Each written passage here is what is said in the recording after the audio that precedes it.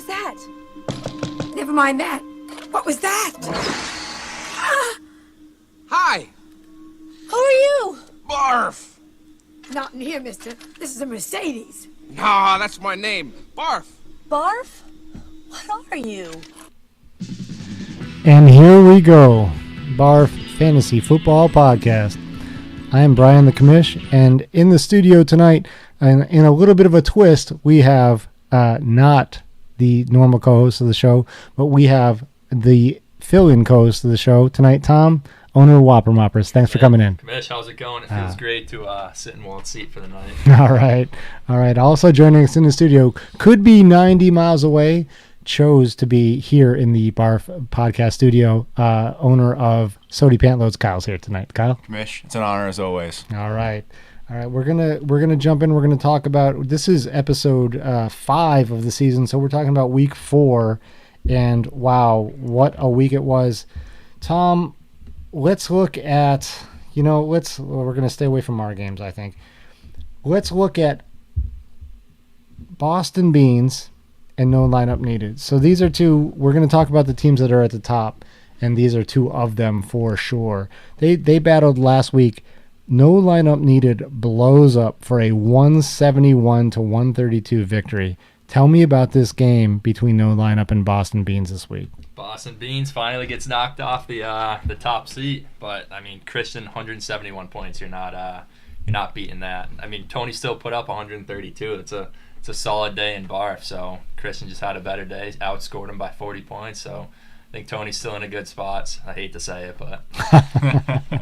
Yeah, 40 points, that's a tough beating, but when you put up 132 points, Kyle, you think you did enough to win.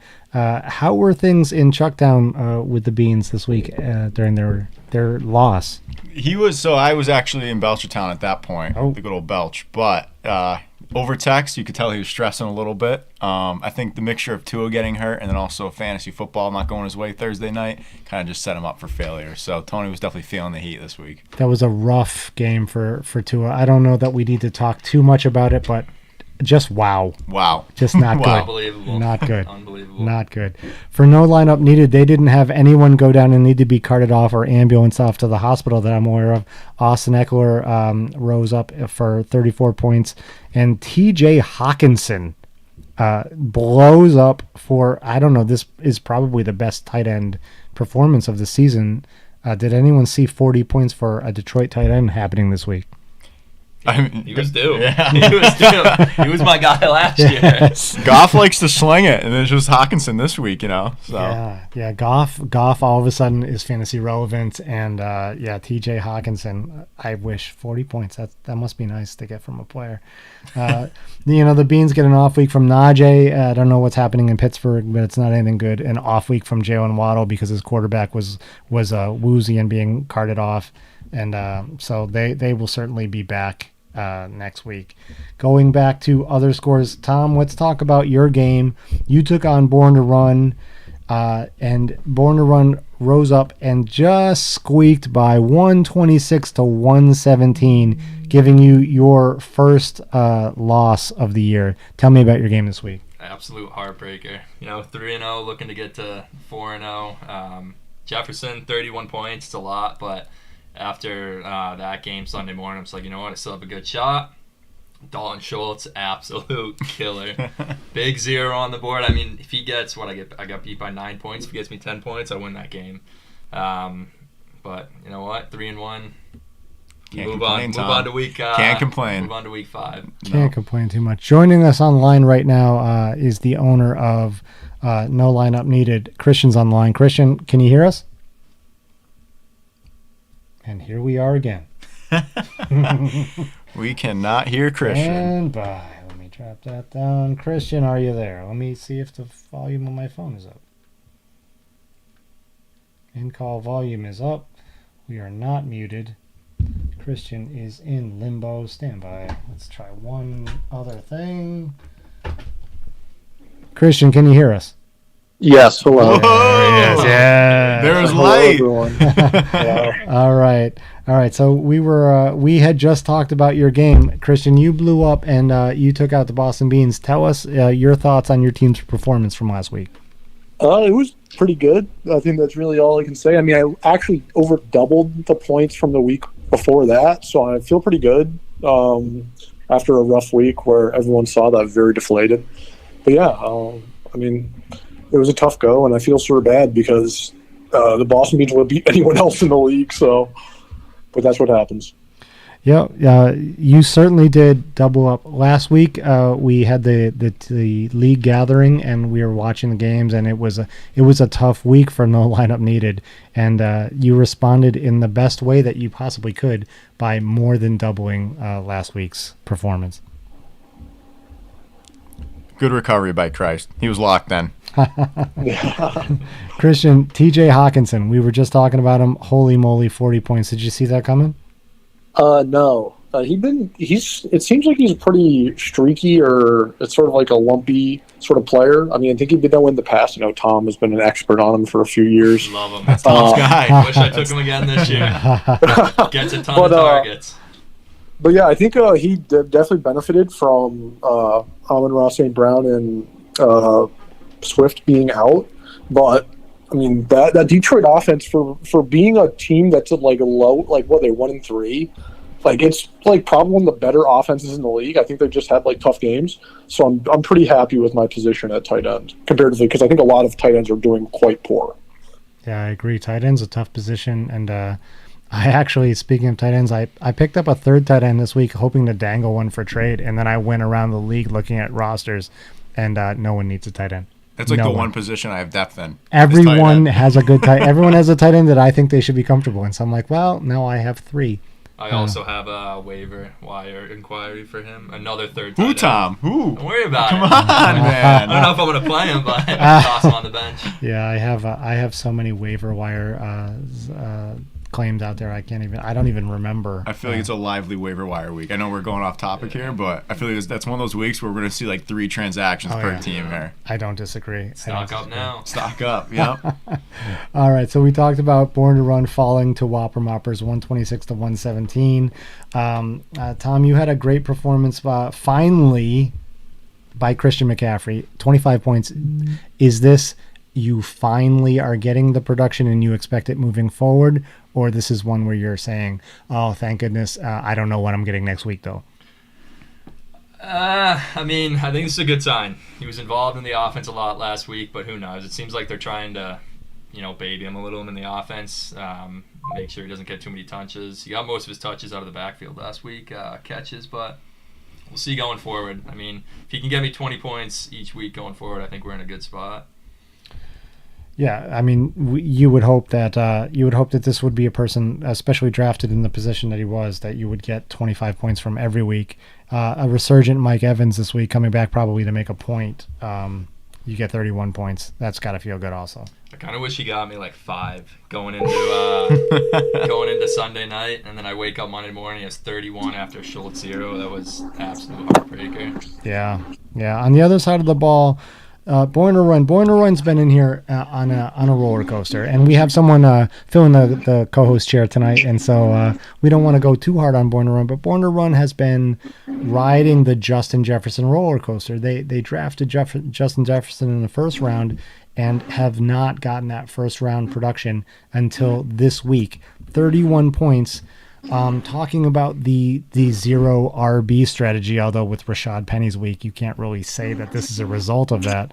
But Kyle, I'll ask you, do you see this week's Justin Jefferson performance as a redemption of sorts for that strategy at the draft? I still think he's kind of like born to fraud. Personally, I think Kirk Cousins still really stinks. I don't think he's going to keep it up. So I like Justin Jefferson. I think he's like, obviously like probably top 3 wide receiver in the league, but Kirk Cousins stinks. Like anytime I watch him, like Jefferson should have like 50 points a game if he's playing with any other quarterback. But Kirk Cousins just like, yeah, it's bad. But yeah, Born to Run, I still think he's in trouble. Those wide receivers, Ramondre Stevenson and Rashad Penny, like that's going to come back to bite him. Yeah, 29 from Penny. That's not. I mean, he got that in like the championship last year. I was looking at his past 3 weeks or whatever. It was like 6 points, 5 points, and he gets 29. Yeah. So yeah, I don't know about him. Yeah, that's true. But Born to Run then evens out their record at 2-2, heading into week 5. Well, Kyle, let's look at your game. You took on the struggling 1-3 now Denver Soaring Eagles, and you evened up at 2-2 with a 123-102 victory. Tell us about your game this week. So, as an honorable owner that I am, I will admit that in the group chat, there was lots of complaining from me and JJ back and forth with each other. We were texting on the side. We had a lot of complaining both ways. So it's good to come out on top because complaining sometimes does pay off. And but there definitely are some things that worry me, like Dalvin Cook and Zeke Elliott combining for 19 points. That's a little worrisome. But, I got my guy, Cortland Sutton and Travis Kelce, holding down the fort. Kyler Murray still worries me. He obsessed with Call of Duty. He stinks at actually playing football. So overall though, happy to beat JJ. Tough, close friend of mine, but I'm not going to complain about a win. Yeah, that's so Denver Soaring Eagles is looking at tough times. If you take a peek at Justin Herbert finally comes up with a good game after some up and down weeks. But they put Amari Cooper in after Amari Cooper's great week last week, and he totally betrays them with 1 point. Scary Terry with 3 points. Kyle Pitts. Tom, is Kyle Pitts... Kyle Pitts was touted as a top 3 tight end. We haven't seen it. Is there hope for Kyle Pitts right now? He was going so high in everyone's draft this year, and I don't think that offense is a mess. They don't... I mean, who's their quarterback? Is it Winston? No, it's Mariota. Mariota. The offense is it's in shambles. I don't think Pitts is going to be a huge factor this year. I mean, if he had a good quarterback thrown to him, I think it'd be a different story because he definitely has talent. But I think JJ's running or wide receivers and tight end might be a problem going forward. Christian, Denver Soaring Eagles falls to 1-3, and they're sitting in 10th place. If you look at this lineup, are you seeing a path to redemption for the Denver Soaring Eagles? I mean, I don't know. That's I feel like that's a tough thing to answer. If you look at it's not like he's leaving a lot of points on the bench. It seems like he has a lot of second running backs. Like he doesn't have a lot of starters. I mean, his best players. Who the hell knew who Damian Pierce was before the draft? No one. So, but he looks like an RB1 now. Yeah, no, absolutely. I think it's probably the steal of the draft on one of the. I'll have to say like weaker teams. Either that's from just sort of luck of injuries or just the production. So I think it's gonna be difficult. I think the wide receivers are definitely. He might have to be calling some other owners about getting some wide receivers in there. Yeah, it's time for the trade in the waiver wires to start heating up. We do have our first chat of the night from our mysterious greatest fan of the show, Sox fan 7687, has weighed in with great points, Sotie. So they're backing you up, Kyle. Thank you, man. Appreciate you, man. That's pretty good. We love Sox fan 7687. We believe that he's responsible for half of our views, at least, as we try to monetize what we have going on here. So let's move on with another game. Worst team ever. It takes on Huey Lewis and the News. Huey Lewis and the News picks up their first win of the season. They're now sitting at 1-3, 131-119. A bit of a shootout with Huey Lewis and the News. Tom, tell me, as you look at Huey Lewis's lineup, what was their path to victory? How did they win this week? Tom Brady Yeah, was their path to victory. The offense finally got going a little bit. 3 touchdowns, 30 points. That's it right there. And then 15 points from their tight end definitely helped. And then Ty, on the other hand, I think Jonathan Taylor might be the biggest disappointment so far in fantasy football. Now he's dealing with an ankle sprain. He's out. He's out tomorrow. Oh, that's right. He is out tomorrow. Yeah. Taken first overall, that's he's got to be the biggest disappointment right now. It's probably a blessing he's not on the show this week. He would just the whole show be like, I picked Jonathan Taylor first. He got hurt. The usual. Christian, worst team ever has Jonathan Taylor, but they also have Saquon Barkley, and I'm biased by asking you this, but does Saquon, do you see him making up for Jonathan Taylor's lack of production moving forward? I mean, he looks like super good. I mean, I have to say I'm a big Saquon fan, and he looks like he's back finally. But no, I think honestly, Jonathan Taylor, what an absolute bust. The number one lock is consistently putting up less than 10 points. I mean, I don't know when he'll be back, but I'd happily take him off Tyler's hands if he wants to trade him. Some trade bait. Yeah, absolutely. I would take most players from most teams off their hands if they really wanted to. Tom Brady's divorce lawyer might have slapped him in the face last week and said, listen, you got to make money because you're going to be paying a lot of money. So that could be at play also. Doesn't Giselle make more than him? Well, you listen, I don't know. Some alimony checks for Tom? I don't know what this Florida laws are. I don't know where their legal residence is. It's just good luck to Tom. Both of these teams have a strong performance on the bench, and we'll see as they come back next week. Let's get the pain over with. Springfield Rifle and the Knuckleheads. Springfield Rifle comes up with their biggest point performance of the season because they were playing the Knuckleheads. They take us out 146-114. Tom, I'm sitting over here in pain, but it's 1-3 on the first 4 weeks of the season, and so I'm used to it. Tell me about what happened with this game in your eyes this week. I think the Rifle just all around had a pretty solid day. A lot of his guys in the 20s.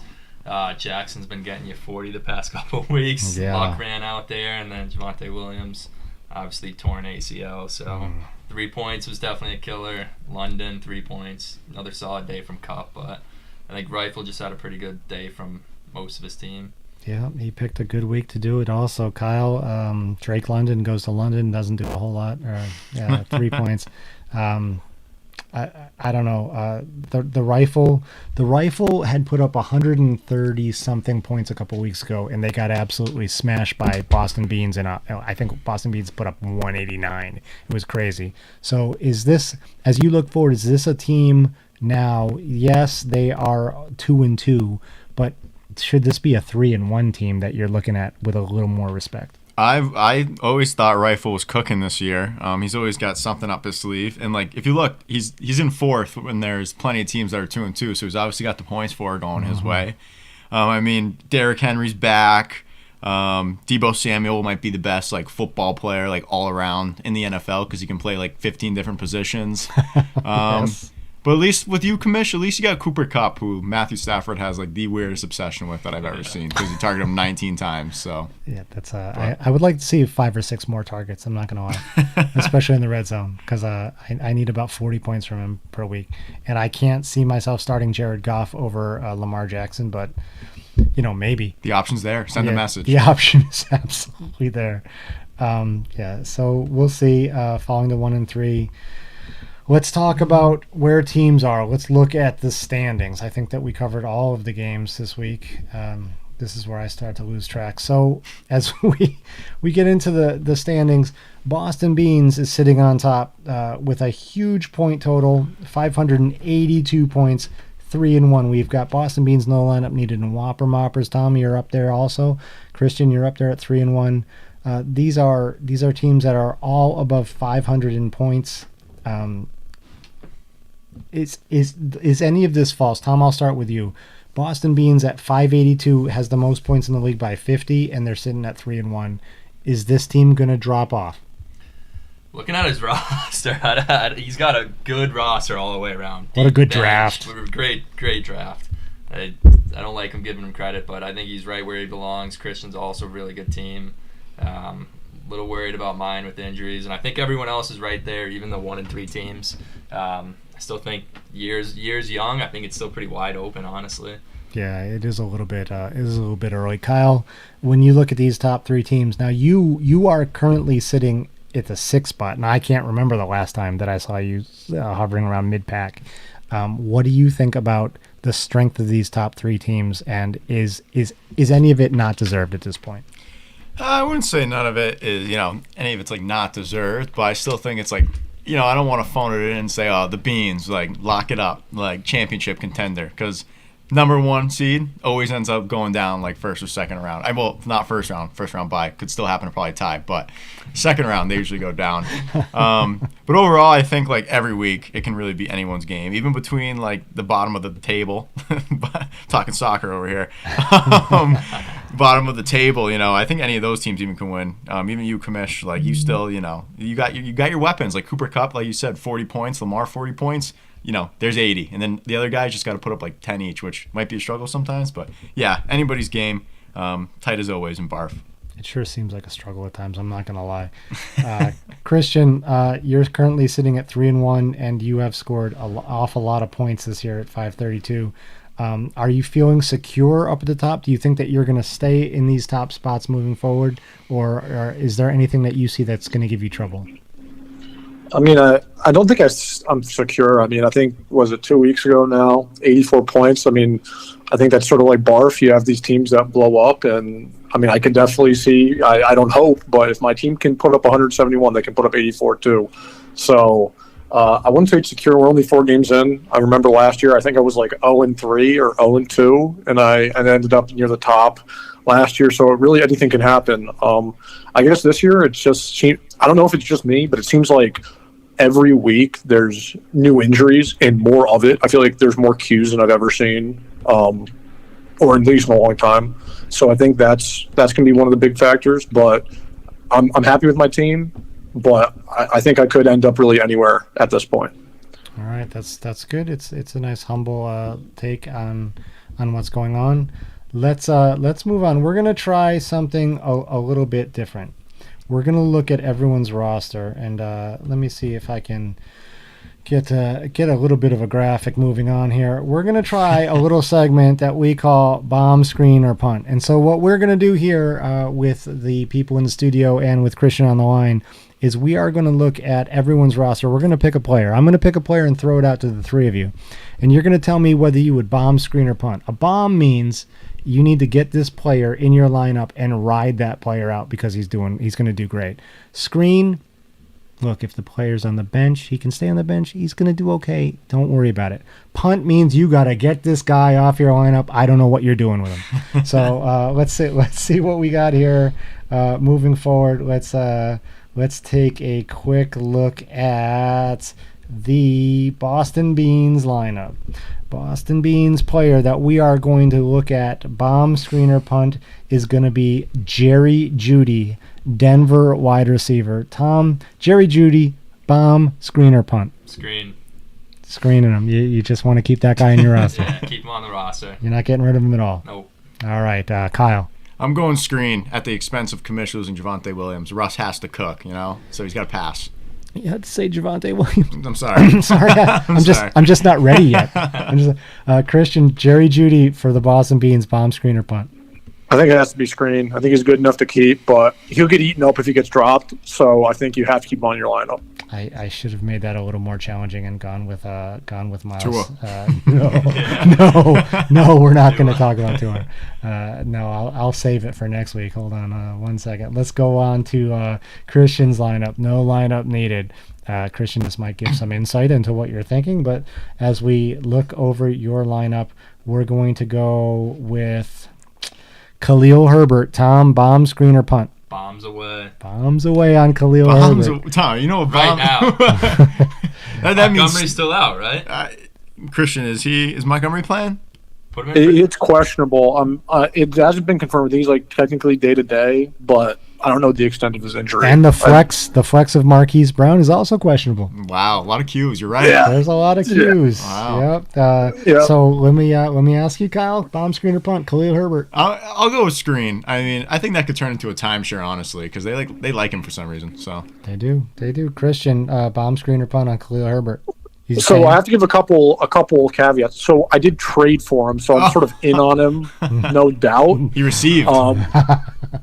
But I think it has to be between bomb and screen. The reason I got him to, obviously he's a what you call it, a handcuff to Montgomery if Montgomery's there, but I think it was worth me giving up a piece for Justin Fields passed 15 times in the first 3 games. So if Montgomery's out, I think I have to start Herbert because that's such a run-dependent offense. Even Montgomery's there, they're running enough that a timeshare isn't bad either way. It would be tough to choose at this point. Right. So I have to be – it's like between bomb and screen depending on if Montgomery plays or not. Yeah, valid points. Good answer. Yeah. I like it. Let's move on to, Tom, your roster, the Whopper Moppers. Who are we going to choose? We are going to choose Dalton Schultz. Bomb, screen, or punt? Oh, man. Dalton Schultz. We're going to screen him for now. Screen for now. Once Dak gets back, I think he's going to be in better shape. But. All right, Kyle, do you bomb, screen, or punt Dalton Schultz? I guess you kind of got to. I guess you bomb him. Yeah, I guess you kind of have to. That's a reluctant bomb. I've got 3 tight ends on my lineup, Tom. We can talk later. Yeah. Someone might be filling in this week for him. Christian, bomb, screen, or punt Dalton Schultz? I'm going to be a screen, just sort of like we talked about the tight ends. Tight ends is like, I guess, the position with the most up and down. I think if you can't really get rid of him, you're sort of hamstrung by him. I don't think he's the best. I don't think he's the worst. So I think you got to keep him because, again, if he got dropped, I think he'd be at the top of everyone's waiver wire. True. Yeah, well, yep. Unless the Knuckleheads gave up one of their 3 tight ends. The 3 tight end strategy is working right now. Let's look at the Springfield Rifles lineup, and boy, there's an awful lot of talent on this lineup. But in light of events from last week, Tom, Melvin Gordon, bomb, screen, or punt, Springfield Rifle. Ooh, it's a tough one. Screen him. Screen. Kyle? I'm gonna go bomb. I'm gonna go bomb with Melvin Gordon because he's got Juju, and I don't think Juju's really done much. So I'd put Melvin in that flex. All right, Christian, bomb, screen, or punt Melvin Gordon on the Springfield Rifles lineup. I'm going to stay with, even though Jonte Williams is injured, I'm going to go with punt. Melvin Gordon's like pretty poor, even like at the touches he's got. What do you have, like negative? Do you have negative 3 points, negative 1 point, something like that last week? Like 4 times. He had a already. tough week. Yeah. So I think there's better players on his roster. Like Adam Thielen seems to be like the Adam Thielen of old. I don't know why Kirk Cousins even throwing that dude, considering he has Justin Jefferson. But I think there's better options than Melvin Gordon. All right. Let's take a look at worst team ever's lineup, and there are some choices here, but especially with what we've heard about Jonathan Taylor. Boy, this is a tough one. Let's go. One of the favorites of the podcast, Nyheim Hines, because of this Jonathan Taylor situation, makes it a little more interesting. Tom, bomb, screen, or punt? Bomb him this week. Bomb him this week. We're bombing Nyheim Hines. Kyle, It's like 2016 here. Kyle, bomb, screen, or punt? I guess I'm with Tom. I guess you got to bomb him. I mean, what else is he there for? He's supposed to be a handcuff. You might as well start him. We gave this one a little soft landing because of Jonathan Taylor. Christian, are you bomb, screening, or punting Nyheim Hines? Punt. I cannot. I don't. Do you guys like the PTSD I get from everyone else on Nyheim Hines screwing them week to week is enough for me to never trust this man. You wake up You screaming. have Jamal Williams on the roster. Why the hell is Nyheim Hines even there? Like, you talking about a handcuff? You got it. Get him off the roster. Oh yeah, he's That's Jamal dirty. Williams. That's right. dirty fantasy football right there. I think that if Walt was here hosting the show, he would be punting Nyheim Hines also. Absolutely. Yeah. There is no doubt that is a punt for That's run. a no-go. I don't even think I look. If I see his name on the waiver wire, I just roll right over it. It's one of those. It's like toxic waste at this point. Stay far away. All right, let's look at Kyle, your lineup. Sotie Pantloads, I'm going to pick Zeke Elliott. Bomb, screener, punt. Tom. Screen him. Just got to keep him there. Going to keep him just because he's Zeke? Yeah, got to keep him. Kyle. I would love to punt him, but I'm going to fake punt and do a RPO screen for now. Because, like, at least he gets carries. Like, one of my guys goes down. Like, at least I can put someone in that gets, like, 15 carries a game. So, Does screen. get carries. Christian, punt. Zeke Elliott, bomb, screener, punt. Thinking screen. I think it's like a timeshare now in Dallas. As much as Jerry Jones would love that, because I don't know. I think you have to have him on the roster, but I think he's probably one of the most consistently disappointing fantasy players. True, yep. Yeah, Couldn't agree more. Zeke is a heartbreaker right now, and that's why he was chosen. But let's move on and take a look at another team's The paper champ. group. Let's look at Born to Run's lineup, and who are we going to pick for this week's bomb, screener, punt? Matt Stafford. Boy, that's not terrible. But let's go Matt Stafford. Tom, over I'd say the first 4 weeks of the season, one of the more surprising fantasy quarterbacks in terms of production, Matt Stafford, and he's got a resurgent Trevor Lawrence on the bench. Bomb, screener, punt, Matt Stafford. Punt him. He stinks. He stinks. Time to give Trevor Lawrence the nod. Yeah. Get him in there. Could be time for the passing that torch. Kyle? I'm going punt too. I think he's just like not good anymore, and there's plenty of guys you could pick up to back up Trevor Lawrence. So yeah, I'm going punt. I can't believe I'm saying this, but Matt Stafford might be holding this team back. He might be. Yeah, he just looks like Cooper Kupp the whole time. Well, I mean, I don't fault him for that. I mean, there's a lot of things. Christian, Matt Stafford, bomb, screener, punt. Punt. He's washed. Wins a Super Bowl and starts to play like garbage. That's it. He's working on his golf game more than his football game. Oh, boy. Let's look at knuckleheads. Good Lord. 8th place, though. Moving up. Yeah, moving. Well, yeah. Let's, boy, what do we do here? I mean, I could go obvious. Let's go. God, there's so many choices. So many choices. DJ Moore, Tom, bomb, screener, punt on the knuckleheads. Screen him. I think he's got potential. With Baker Mayfield. Baker Mayfield. They're terrible this year. Wow. I think they're he's not playing this week, right? Baker? Yeah. Who's I think playing? they're sitting him. Oh, really? Yeah. Who's the backup? I don't know. Sam Darnold. Is it backup, but I Darnold? think he's still hurt. Darnold. Really? I swear I read that Baker Mayfield was getting sat this week. Can I just add for those that want to remember history? At one point in the NFL draft, Baker Mayfield and Sam Darnold went 1-2. That's not great. Kyle, Great picks. bomb, screener, punt on DJ Moore. It's like that, middle ground where you could drop him, but I guess you got to screen him. He might just sit on your bench all year, but someone pick him up instantly. So I'm going screen. Christian, DJ Moore, bomb, screener, punt. Has to be screen. I mean, he's one of those guys I think is like the guy that you put it. It's sort of like Naeem Hines. He's always going to produce on your bench and never produce in your lineup. But just as K-Bone said, he's gonna. If he gets dropped, he's getting taken instantly. Oh, I'll tell you. I hope you all like him a lot because he may get punted pretty soon. Let's look at Huey Lewis in the news. Huey Lewis 1-3, a surprise, rough start to the season. There's a couple choices here, but I'm gonna go pretty hard right now. Even though great performances last week, but overall he's got to cue multiple injuries.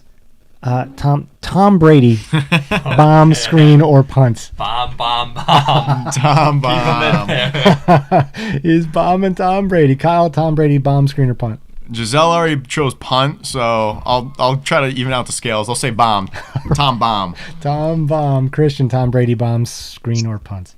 I think you got to bomb him. He looks like a new man ever since, 5 more he bought years. the protection, the lawyers. So I think you got to go bomb. He's looking a little lighter, perhaps. He's not. He's gonna be smiling on the field now. Left baggage on the airplane. So. I hope maybe he can give us some comments on this podcast and get us some views. All right, and so we talked about this briefly. We're going to go to Denver Soaring Eagles. Kyle Pitts, coming into this year, probably a consensus among the expert top 5 tight end. Bomb, screener, punt. Kyle Pitts. I think you screen him. It might be time for a different option, but I feel like you got to keep him because he definitely has the potential. It's got potential. Kyle, bomb, screener, punt. Kyle Pitts. Yeah, I guess I'll go screen, even though the Falcons ran it 14 times in a row on Sunday. But you just have to. You just kind of have to hope it eventually starts working out. Christian, Kyle Pitts, bomb, screen, or punt? I've always been a big Pitts guy, but I think it's a screen at this point. He's super talented, but they don't seem to use him in any way, shape, or form. But if you drop him, that's when he'll start popping off. That's when he starts popping off. Right now, ranked 19th among tight ends in fantasy. Not terrific. Not ideal. Not terrific. So that was bomb, screener, punt. That was a little bit fun. I like it, especially for making it up about a little while ago. It gets it going, Yeah. So let's look at this upcoming week of games. So in BARFF, we look at what is the measuring stick. We're only 4 weeks in, although 4 weeks has flown, gentlemen. It has flown. It makes me sad. It always goes by so quick. Oh my every God, year. I Always can't stand flies it. by. I can't stand it. But so when you have teams that are 3-1 and teams that are 1-3, now we have the 2-game separation. But this week, none of the 3-1 teams are playing each other.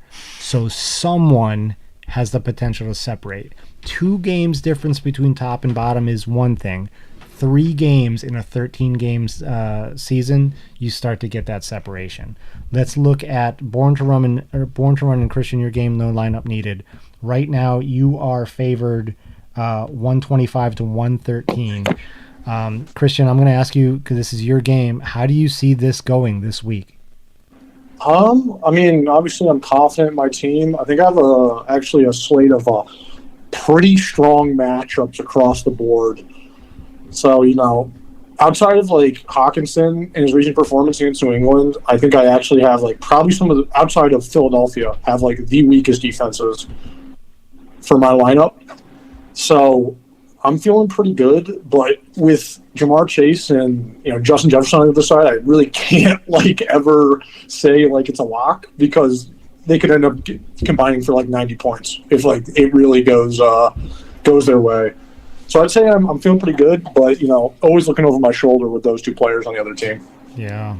Born to Run has the potential here. It's that quarterback situation. We just talked about it. When your starting quarterback is a subject of bomb, screen or punt, then there's certainly questions. Matt Stafford is projected as a Q17 this week. That's Tom, low. is that a concern? That's tough from a quarterback. You never want to see tough from a quarterback, except Derek Carr loves putting up below 20. I think it's time to put in Trevor Lawrence, especially this week. He's got a good matchup against Houston.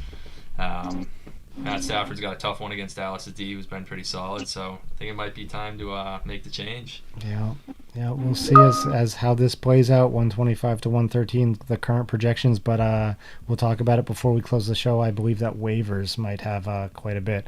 Let's talk about the game of the room right now. This week, Sotie Pantloads takes on our in-studio guest, takes on our fill-in co-host, the Whopper Moppers. Right now, this one's called tight. Sotie is up 127 and 124 in ESPN projected totals. Tom, are you going to knock Sotie Pantloads to 2-3 on the year in this matchup? I think it's going to be a tight one. Projections are real close. I think it's going to come down to Amon-Ra. He's questionable. It looks like he might not play. And then James Conner has been just another average running back this year. So I think it's going to come down to them. Dalvin Cook's kind of stunk the whole year, though. Damian Harris has been Pat's loved using a bunch of different running backs. So I think it's going to come down to wide receivers. And then Kelsey's obviously good for 25 points. And Schultz, we'll see if he's going to play this week. Schultz, another topic of bomb screener punt, Dalton Schultz.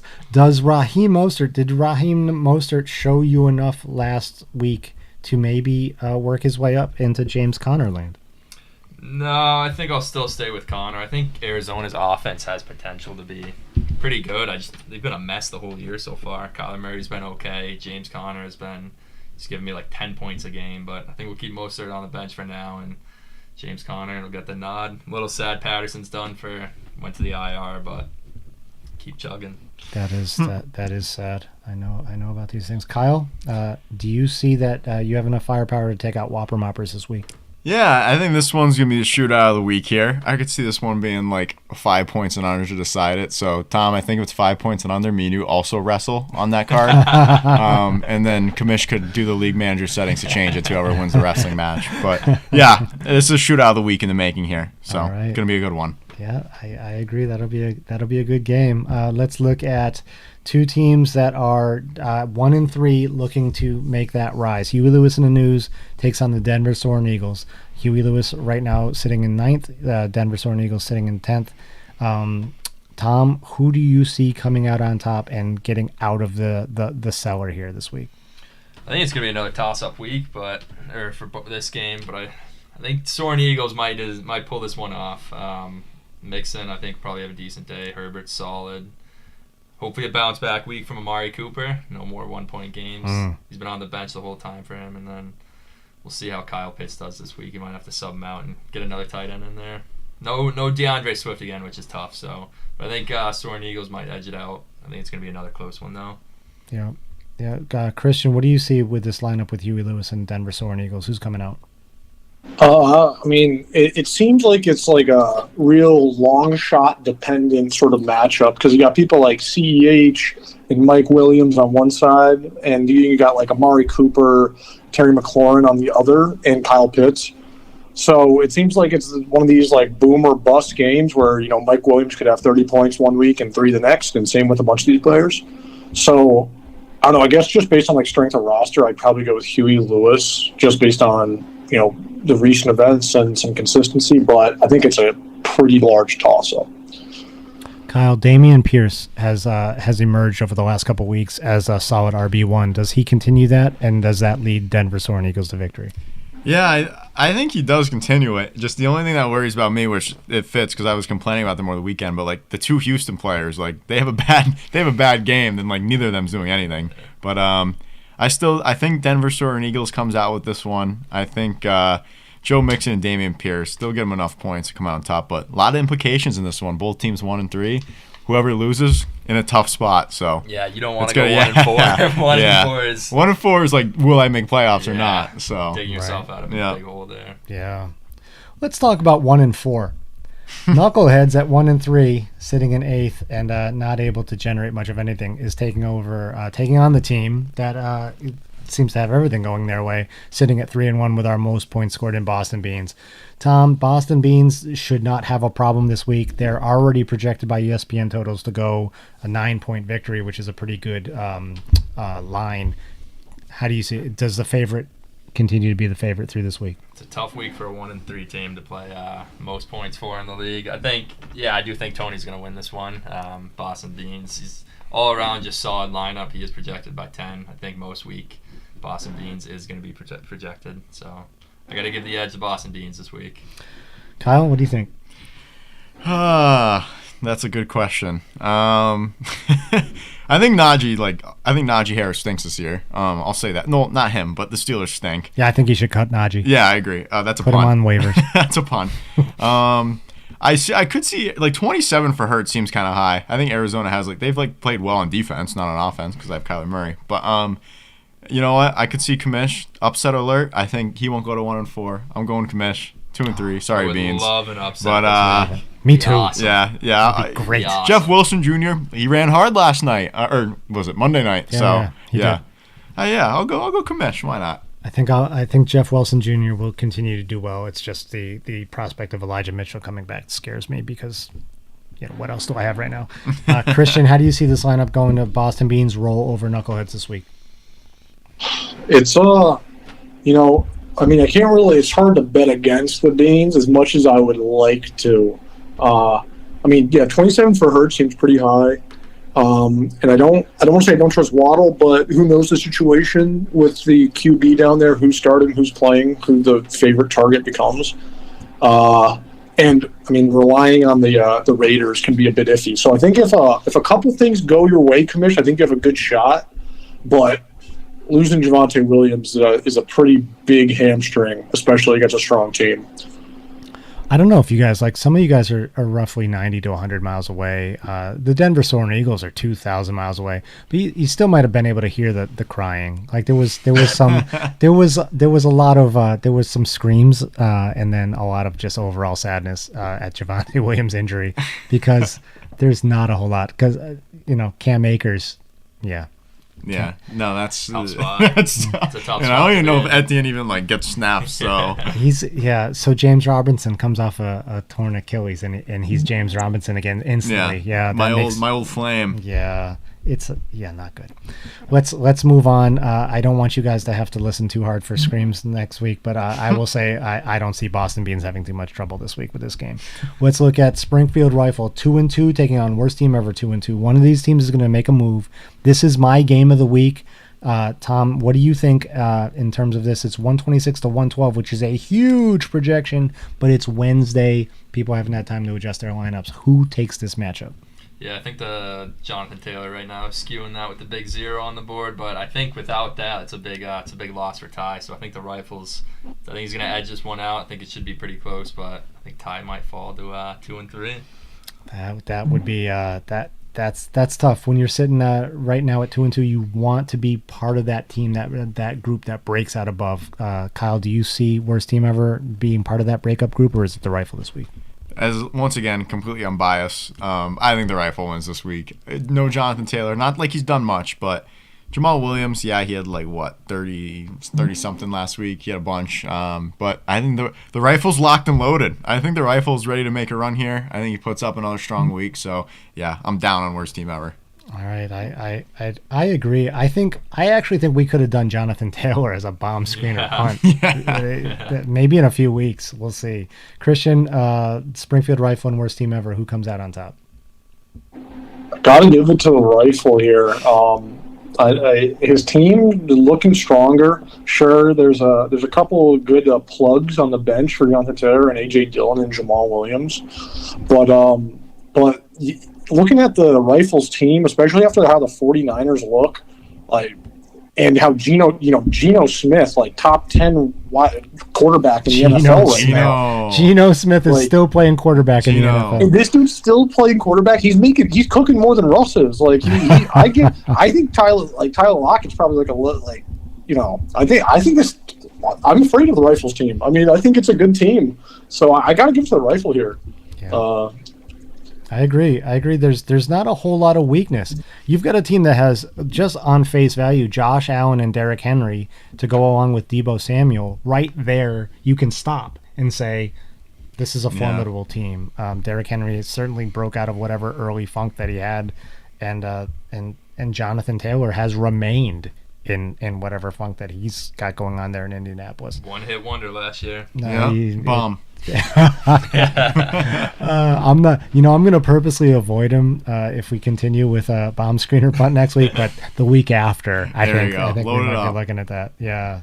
So let's see. We did not cover this game. Did we cover this? Yeah, we did. We did. That was the battle of the 1 and 3. We went through the entire week. And so that is week 5.